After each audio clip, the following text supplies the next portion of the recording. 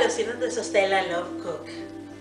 Μπείτε στο κανάλι μου και δείτε το πώς καθαρίζουμε τα φασολάκια. Αυτά τα ίδια φασολάκια εμείς θα τα βάλουμε στην κατάψυξη. Είναι τόσο εύκολο και τόσο απλό που δεν λέγεται. Είναι ένας έξυπνος και εύκολος τρόπος για να μπορέσετε να τα μαγειρέψετε στη στιγμή. Κοιτάξτε το πώς θα γίνει. Εφόσον καθαρίσαμε τα φασόλια μας, τα τσαουλιά, τα ξεπλύναμε 2-3 φορές, τα έχουμε βάλει μέσα σε νερό. Έχουμε προσθέσει ένα ποτήρι του κρασού ξύδι. Θα τα αφήσουμε 1/4. Το ξύδι το βάζουμε για τον εξής λόγο. Μπορεί τα φασόλια να είναι ραντισμένα, ίσως να είναι αγορασμένα τα φασόλια σας, ίσως να είναι και δικά σας. Όμως μην το ρισκάρετε. Καλό είναι να βγάλετε όλα τα ραντίσματα από τα φασόλια σας, να είναι σωστά φτιαγμένα και υγιεινά. Γιατί θέλουμε να δίνουμε το καλύτερο στην οικογένειά μας. Από το ξύδι. Θα τα βάλουμε μέσα στο σουρωτήρι μας και θα ξεπλύνουμε με άφθονο νερό κάτω από τη βρύση. Και θα τα αφήσουμε, εφόσον τελειώσουμε το ξέπλυμά μας, να σφραγίσουν πάρα πολύ καλά. Για τα φασόλια που σας έδειξα, χρειαζόμαστε 3 μεγάλα κρεμμύδια. Κόβουμε το κρεμμύδι στη μέση και μετά πάλι στη μέση και μετά σε φετάκια. Θα προσθέσουμε μέσα μια κουταλιά της σούπας αλάτι. Και θα το ανακατέψουμε να πάει παντού. Με αυτόν τον τρόπο το κρεμμύδι μας θα γίνει πάρα πολύ γλυκό. Και τα φασολάκια μας θα γίνουν μέλι. Εφόσον περάσει 1/4 θα ξεπλύνω καλά με άφθονο νερό τα κρεμμυδάκια μου. Θα ρίξουμε μέσα στη μεγάλη κατσαρόλα μας ένα ποτήρι του νερού γεμάτο ελαιόλαδο. Και ίσως λίγο παραπάνω, ακόμα μισό. Εφόσον στραγγίσουν λίγο τα κρεμμυδάκια μου, θα τα προσθέσουμε μέσα στο ζεστό ελαιόλαδο, να σοταριστούν. Θα φροντίσετε το ελαιόλαδο να μην καίει πάρα πολύ, γιατί το κρεμμύδι σας τότε θα μαυρίσει. Και εμείς αυτό δεν το θέλουμε. Ανακατεύουμε ελαφρά και περιμένουμε να περάσουν 2-3 λεπτά. Είμαστε έτοιμοι να ρίξουμε μέσα τα φασολάκια μας.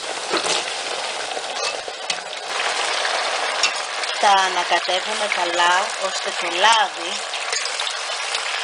να πάει και από την πάνω μεριά, όπως και το κρεμμύδι μας. Τώρα θα κλείσουμε με το καπάκι. Ανοίγουμε την κατσαρόλα μας και ανακατεύουμε. Πάντα τα κάτω φασολάκια να έρχονται στην επιφάνεια και τα πάνω να πηγαίνουν κάτω, ώστε να μπορούν να σοταριστούν σωστά. Δεν θα ξεχνάτε ποτέ να κλείνετε το καπάκι. Θα ξανά ανακατεύσουμε. Βλέπετε που έχουν αρχίσει τα κρεμμυδάκια και μελώνουν. Βλέπετε που τα φασόλια έχουν αλλάξει χρώμα. Κοιτάξτε πώς ήταν και πώς είναι τώρα. Με αυτόν τον τρόπο θα είναι πράσινα τα φασόλια σας και δεν θα μαυρίσουν. Εάν αφήσετε ανοιχτή την κατσαρόλα για να σοτάρετε τα φασόλια σας, θα αργήσουν πάρα πολύ να σοταριστούν και το μόνο που θα κάνουν θα είναι να μαυρίσουν. Εμείς θα θέλουμε πράσινα, λαχταριστά και πάρα πολύ νόστιμα. Ανακατεύουμε και αφαιρούμε από τη φωτιά. Είμαστε έτοιμοι. Θα θυμάστε πάντα ότι η κατάψυξη έχει την ιδιότητα και λιώνει τα λαχανικά μας. Γι' αυτό δεν θα τα τσιγαρίσετε πάρα πολύ. Βλέπετε το πώς είναι το κρεμμύδι μας. Δεν πρέπει να σοταριστεί περισσότερο. Εάν το αφήσετε περισσότερο και με ανοιχτό το καπάκι, αυτό που θα καταφέρετε θα είναι το κρεμμύδι να μαυρίσει και αυτό. Απευθείας αδειάσαμε πάνω σε ένα καθαρό ταψί. Και θα τα αφήσουμε να κρυώσουν πάρα πολύ καλά. Θα τα βάλουμε μέσα στα σακουλάκια μας για να τα αποθηκεύσουμε μέσα στο καταψύχτη μας. Εσείς ζυγίστε το πόσα φασολάκια θέλετε, ανάλογα με το πόσα άτομα είστε.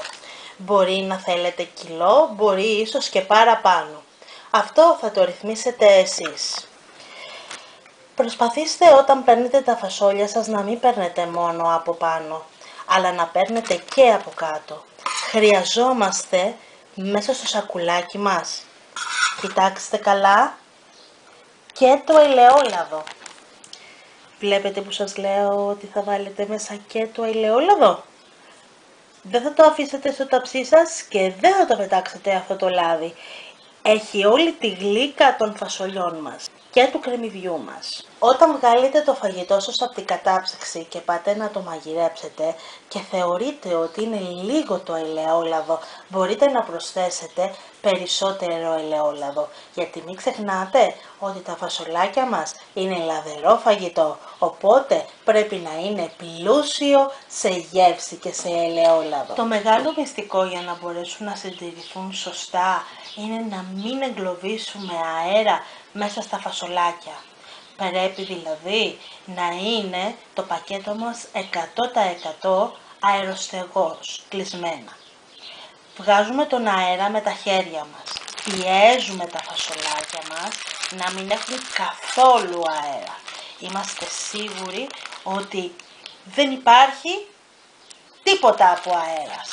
Πιέζουμε, κλείνουμε από πάνω και γυρίζουμε γύρω-γύρω.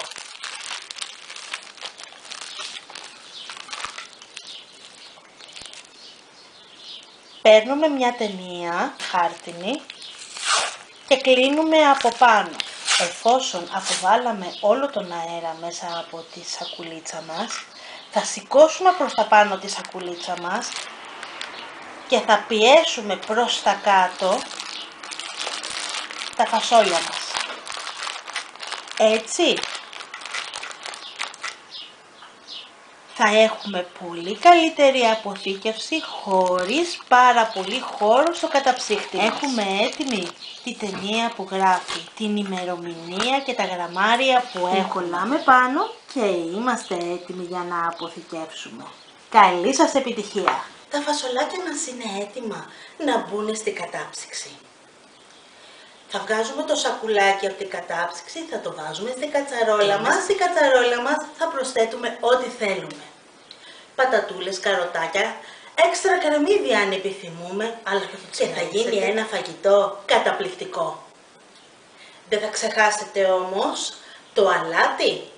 Θα το βάλετε τελευταία στιγμή, όπως και την ντομάτα σας. Μην ξεχάσετε να κάνετε like, να γραφτείτε στο κανάλι μου, να κοινοποιήσετε το βίντεο, αλλά και να μου γράψετε τα σχόλιά σας. Να είστε καλά φίλοι μου. Γεια σας!